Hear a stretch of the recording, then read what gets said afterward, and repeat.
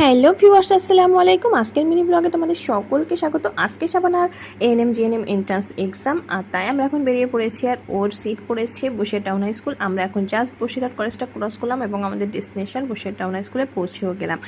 এখানে এসেই আমরা ফার্স্টে ওর সিট নাম্বার, রুম নাম্বারগুলো দেখে নিলাম এবং তারপরেই শাবানা লাস্ট ডিভাইসটা দেওয়ার জন্য বসে পড়েছে।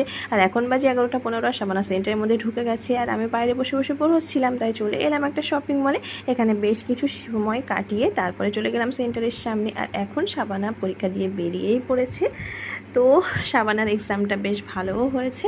তো আমরা এখান থেকে এক্সাম শেষে চলে এলাম একটা রেস্টুরেন্টে, আর এখন এখানে করবো একটু খাওয়া দাওয়া। তো আমরা এখন এখানে অর্ডার করে দিয়েছিলাম এগ চাও আর ক্রিসপি চিকেন। তো এখানে একটু খাওয়া দাওয়া এখন করে নিচ্ছি।